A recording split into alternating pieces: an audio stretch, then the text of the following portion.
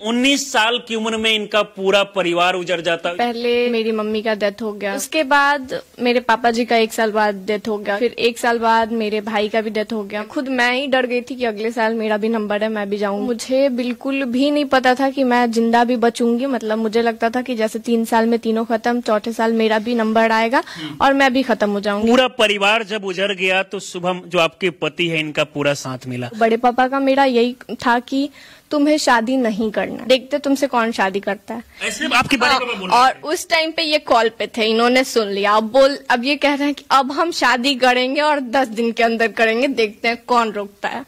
तो इनका भी एक जिद, अब जानते हैं राजपूत लोगों का थोड़ा सा दिमाग फिरा हुआ होता है। अगर मुझे हर जगह से धक्का मिलता है ना, तो यही इंसान है जहाँ पे आके मेरा सब कुछ सही हो जाता है। Anshu Shubham welcome back to our channel. कैसे हैं आप लोग? मैं उम्मीद करती हूँ कि अच्छे वाले मस्त और बिल्कुल स्वस्थ होंगे। मैं एंजल और मेरे चैनल एंजल लाडला सिंह में सभी को स्वागत है।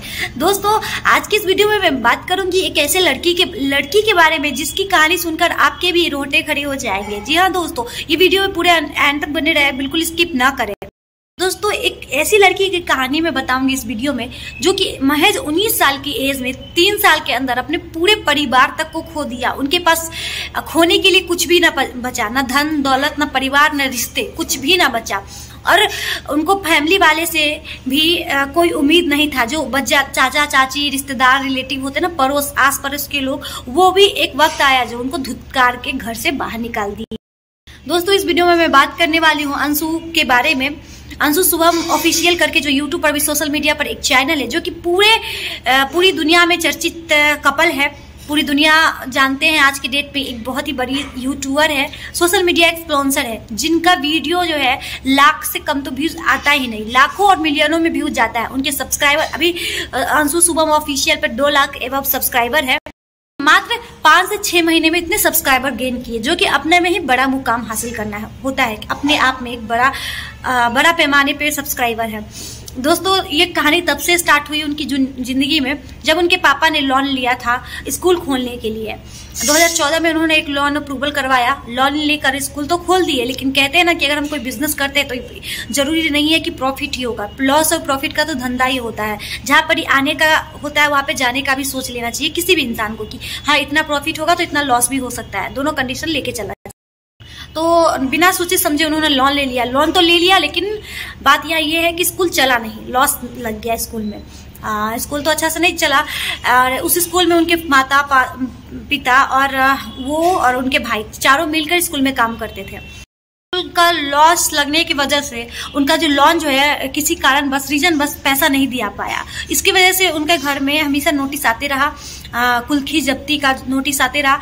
इस वजह से उनके पापा जो है काफी टेंशन में रहते थे। और एक दिन उनको हार्ट अटैक आया, फर्स्ट हार्ट अटैक आया जिस टाइम लोन का जो काफी टेंशन था। तो उस टाइम हॉस्पिटल में भर्ती हुए और वही उनके पापा का तबीयत खराब होने के जस्ट बाद उनकी माता का भी तबीयत खराब होने लगा। पिता तो के पास जो भी सेविंग्स था उनमें लग जाता है और जैसे तैसे तो ठीक हो जाते हैं, लेकिन उनकी माँ का अचानक तबीयत खराब होने लगता है।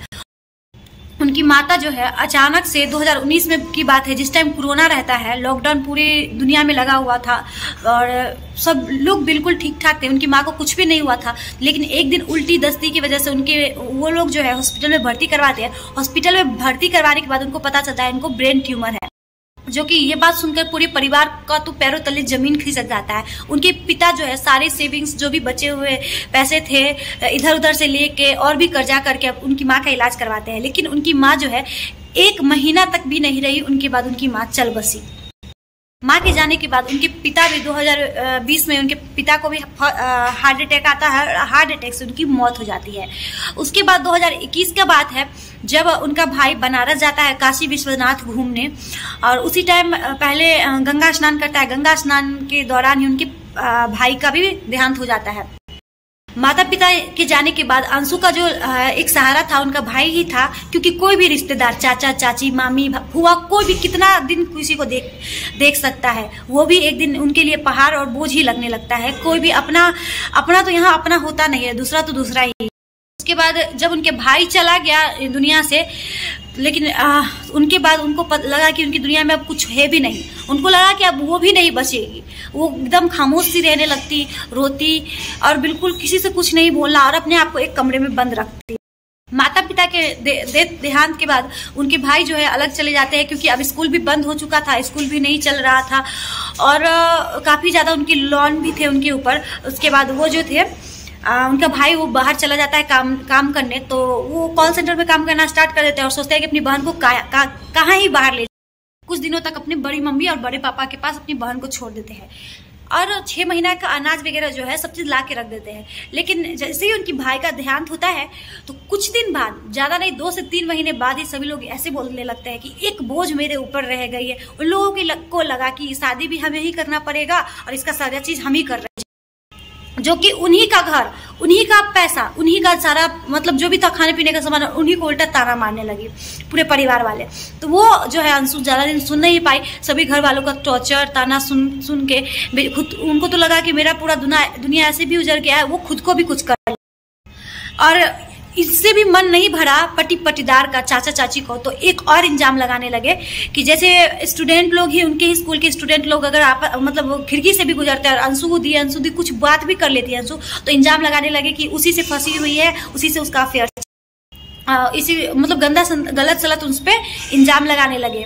तो इसी वजह से अंशु जो है एक दिन बहुत ज्यादा टेंस्ड होकर वो पटना आ जाती है भागकर, और पटना में एक रूम लेकर अपने फ्रेंड की ही हेल्प से कॉल सेंटर में काम करने लगी। लेकिन कॉल सेंटर में वो कुछ दिन, ज्यादा दिन नहीं काम कर सकी, क्योंकि 2 महीने मुश्किल से किए होंगे, वहां पे भी उनको सही नहीं लगा, तो वहां से वो छोड़ के फिर चली जाती है वो अपना गाँव ही, फिर चली आती है बड़ी मम्मी बड़े पापा के पास। और वहीं पे उनकी मुलाकात होती है शुभम से। शुभम उनके भाई का फ्रेंड था और भाई के जाने के बाद उनको अंशु के बारे में ये नहीं पता था कि उन्हीं की बहन है। दोस्त था लेकिन एक स्कूल में था और उतना ज्यादा क्लोज नहीं था। लेकिन इंस्टाग्राम के थ्रू उन लोगों का बात होता है और सारी कहानी जानने के बाद शुभम उनसे काफी ज्यादा क्लोज हो जाता है। और क्लोज होने के बाद हमेशा सुख दुख आपस में बांटने लगते हैं। पहले तो वो फ्रेंड थे और फिर बाद में उन लोगों को प्यार हुआ। मतलब ये दोनों बिना प्रपोज किए ही शादी कर लिए। इनकी लव स्टोरी का बात करें, हमसे बातचीत अंशु का रहता ही है। तो एक दिन बड़े पापा को अंशु बोली कि मुझे शादी करना है, तो शुभम को लेकर ही बोली। तो उनके बड़े पापा बोले देखते हैं कि तुमसे शादी कौन कर लेता है, मेरे जीते जी तो तुम्हारा शादी नहीं हो सकता है। तो ये बात सुनकर शुभम जो है काफी ज्यादा आक्रोश में आ जाता है और वो बोले अंशु को डायरेक्ट शादी के लिए प्रपोज कर देता है और बोलता है तुमसे हम 10 दिन के अंदर में हम शादी करेंगे, क्या तुम रेडी हो? जहाँ अंशु जो है कुछ एक दिन का टाइम लेती है और उसके बाद वो हामी भर देती है।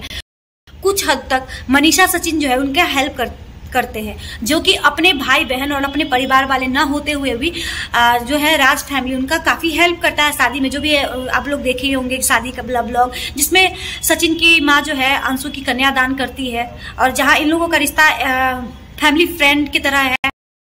जिसके बाद शुभम जो है सारा खर्च देता है, होटल खर्चा, ज्वेलरी खर्चा, ड्रेस खर्चा, शादी का 1-1 रुपया शुभम के परिवार वाले ही देते हैं।